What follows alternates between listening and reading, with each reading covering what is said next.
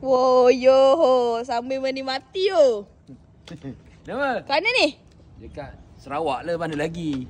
Dekat Sarawak. Sekarang ni aku berada dekat betul-betul Sungai Sarawak. Besar. Dia punya view. First time aku tengok Sungai Sarawak daripada view 4 tingkat ni. Ini tingkat yang keempat. Bangunan ni, so ada swimming pool.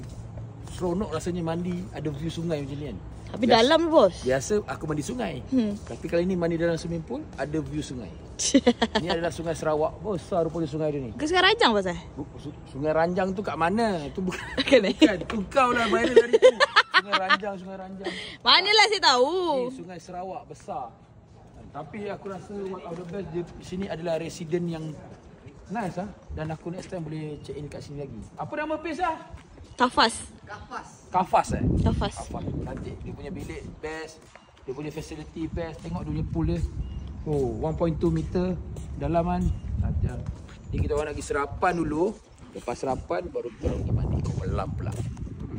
Sarapan mana best Dekat Kuching Sarawak ni.